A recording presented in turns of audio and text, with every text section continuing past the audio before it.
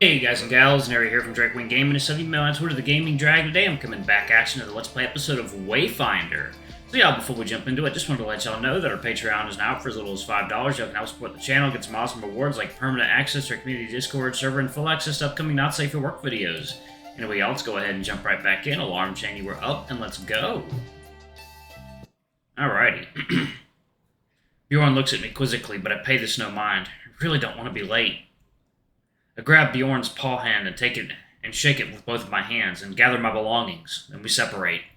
I ran out of the library, waving goodbye to the large wolf giant, passing the sultry librarian who, despite reaching out for my attention, I make no time for.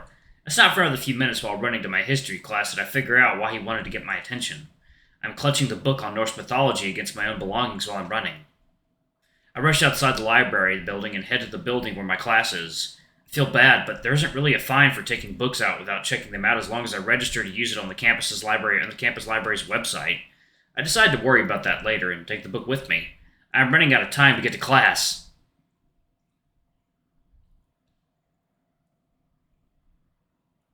Made it! I practically launch myself into the classroom just moments before the instructor's assistant locks the door. Making my way to the empty seat I usually occupy, I give the instructor a wave and greeting and take my seat. After a few minutes, all the students are beginning the exam, and I start mine, wishing I had studied a bit more. 15 minutes in, I'm really wishing I'd studied more. I'm answering some questions fine, and others don't seem to compute internally the way I know they should. Ring! Ring! Huh? The sound of ringing comes in loud behind my head from up on high. Looking around, I see people grabbing their bags and then hear the instructor address us. Fire alarm! Everyone please gather your belongings and make an exit to the emergency doors at the far side of the class down the stairs.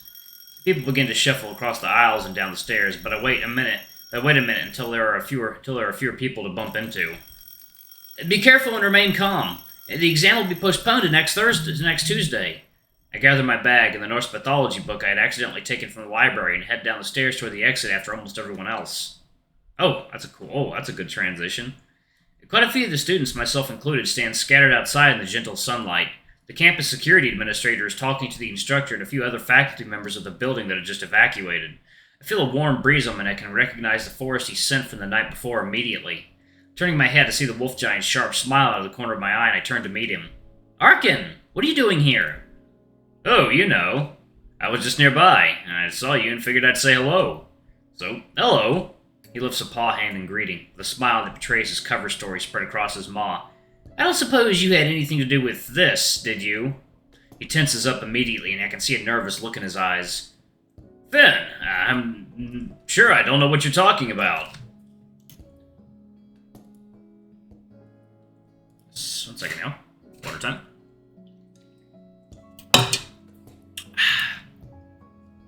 I give him a doubtful look and reach for his other arm, pulling it from his pocket. As I suspected, a blue residue coats his paw. Arkyn chuckles nervously, and I flick his nose, which elicits a squeak from the lupine. Ow! What was that for? Arkyn! I'm not too loud, but he looks shocked as though I'm yelling at him. Why would you pull the Whoa, Fynn! Keep it down. You want people to hear us? He's right, but I'm still gonna scold him. Quiet down to a whisper. Thankfully, nobody around even gave us so much as a second glance. Why would you pull a fire alarm? Have you gone mad? Arkyn also lowers his voice. I could sense that you were panicking. I remember you said you had an exam, and I assumed it wasn't going well. I'm sure my interrupting you last night caused you no small amount of stress, so I thought I'd try to make things right by stopping the exam for everyone, and it seems to have worked. The proud look on his face could not be any more misguided, but I can't help but smile at his thought process. He did it to help me because he felt bad. But if he hadn't come into my life last night, I might not have even made it to the test in the first place. Still, I feel the need to explain to him why it wasn't the right thing to do. I lean in close to Arkyn and smile. He looks down at me and smiles back. Arkyn, you helped me. I reach up to him and my hand gently brushes his cheek. That was so sweet. His head tilts a bit to lean into my hand. He seems to be expecting me to scratch his ear. Maybe? No, this isn't the time. I have him where I want him now. I must strike. I reach over his neck and pull his head down into a headlock with one arm. He's caught off guard and his balance is thrown off, allowing me to easily handle him and turn him toward the other students. Whoa, Fynn, what? I motion toward the other students with my free arm. Now, look over there at all those other students. I'm sure some of them could have benefited from the extra time. That much is true. But what about the ones who tried really hard to study and to get in the right headspace for today? What about the instructor who had to worry if the fire was genuine and may have feared losing her workplace? Or the security admin who now has to look for some delinquent that's going around pulling fire alarms? Arkyn's eyes drop lower with each point until they're staring straight down at the ground. I didn't really think about what I was doing, or what I was doing was affecting them. Damn it, I'm sorry, Fynn. I pat his head gently and then pull his muzzle back and to scratch it some more.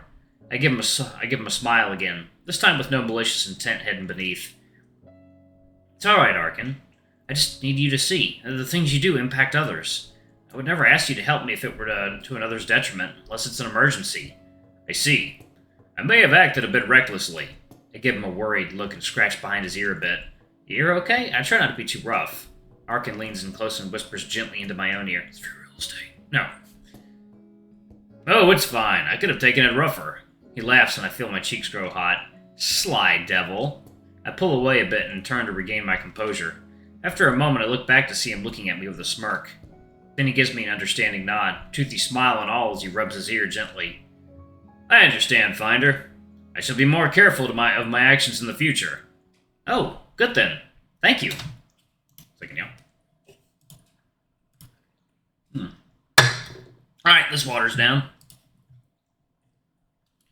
So, what happened to not being intrusive anyway? His face lights up in surprise and he looks me in the eye. You didn't hear that phrase from me. That's a phrase we were told for the trials, though. Did you meet another wolf giant already? I'm taken aback. That was surprisingly inquisitive from him, though to be fair, I don't exactly have much of a sample group to refer to here. Deceptively smart, Arkyn. Yes, I've been found by 2 already, just in the last few hours, actually. Oops, I almost forgot. Their names are Geralf and Bjorn. Arkyn looks as though he's trying to remember something, and I figure maybe he thinks he knows the other wolf giants. Can't say I know who they are outright, but I probably would know their families' names more than their own.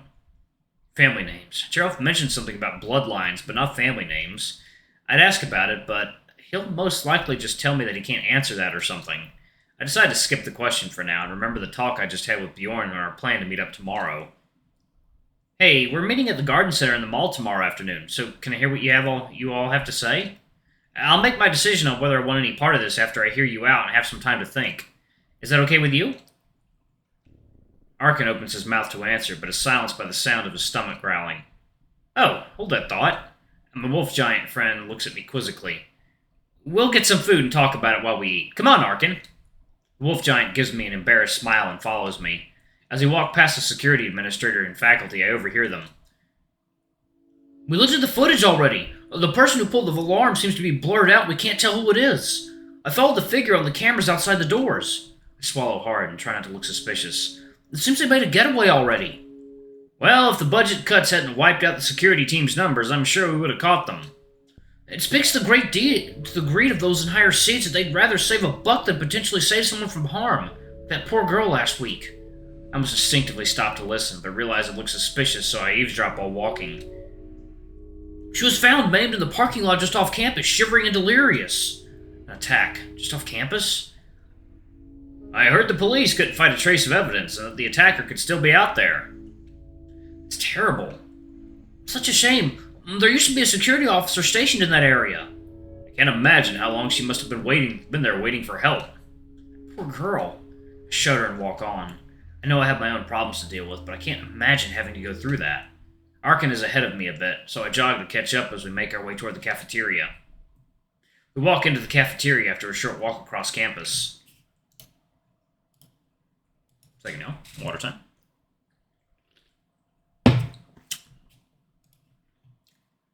A question comes to mind, and I turn toward Arkyn as we walk. Hey, Arkyn, how did you mess with the footage anyway? And how did you get away with all that blue crap on your hand without being caught? You stopped hiding your hand and we walked right by the security administrator. Arkyn laughs and places a warm hand on my shoulder. It's a bit heavy, but he doesn't hinder my movement. But more than that, it's the hand with the blue residue coating it. I shake his hand away before it stains my shirt, but it's long since dried. That's basic glamour magic, Fynn. I can show you some when our candidacy is confirmed after the rites. Show me. I can see magic? Okay, I can be patient. Anyway, I have a meal plan card for the cafeteria, but if you wolf giants are glamoring as students, I assume you don't. You might have to use money here. Arkyn's face contorts into an afflicted mess. He pulls out a bundle of leaves from a pocket. Oh, right, I've been glamoring these leaves to pay for things. I look down in shock and move closer to Arkyn to whisper, Arkyn, what? Please tell me that glamour magic doesn't wear off. I'm not sure. Maybe if I'm not nearby long enough? I put my palm up to my forehead and Arkyn seems to understand that I'm upset again. Oh, what is it? I motion over to the student working the cash register. Arkyn follows my hand and looks over toward her. Arkyn, that girl over there is probably using her job here to help pay for her schooling. Now, imagine you're in her position, working to support yourself, and one day your boss fires you for taking piles of leaves instead of cash because now your drawer is short $10 and has been every day for the last week. All because someone used magic to make you think you had taken money because they wanted lunch. Arkyn looks at his leaves and his ears drop backward. He understands. I'm sorry, I'm just doing what we were told to do by the elder. I realize he cut himself off and pieced it together myself. Elder? Elders? Is that what you're going to say? Am I not supposed to know that? Arkyn nods and I can see him blushing again. It's okay, Arkyn. I don't fault you at all. Arkyn. I don't fault you at all, Arkyn. You're just dealing with the hand that was given to you. And about the things you can't tell me, I won't pry further. Hey! I place a hand on his arm and hold up my food card. He looks at me with guilt in his eyes, but I smile at him reassuringly. I get guest meals. I'll cover you, big guy. So, what kind of food do you usually eat? Arkyn's ears perk up. He smiles and he looks around, sniffing the air a bit. I swear I can almost see his mouth watering. A hungry wolf indeed. I'm not picky. I'll eat anything, but I'd die for good old bangers and mash right now. He wants to do what? In public? What in the world is that? Bangers and mash? Is that one of those things I won't learn about until I get older? Arkyn laughs at this and points at some kielbasa. It's like that, sausages and mashed potatoes. It's a bit of a staple where I'm from. My mother makes them the best. Hopefully I get to show you one day. His face is lit up like holiday lights. Then suddenly he looks hesitant. His eyes move back over to the food. Seeing something he likes, Arkyn moves over to it and loads up his tray. I do the same and grab us a bottle of water each, and then we head over to the cashier girl to pay. We finally move toward the tables, finding a spot isolated from other people so we can talk more. Arkyn gets that hesitant look again as we dig into our food. Hey, Fynn, how old are you anyway? Take it now.